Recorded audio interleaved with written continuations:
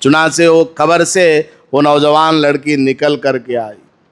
جب وہ قبر سے اٹھ کر کھڑی ہوئی باہر آئی، ماں نے اپنی نوجوان بچی کو دیکھا، اس کے بال سفید ہو گئے. سورہ اخلاص نبی پاک صلی اللہ علیہ وسلم نے ارشاد فرمایا، سورہ اخلاص کو 3 مرتبہ پڑھ لیں گے تو ایک قرآن پڑھنے کا ثواب مل جائے گا.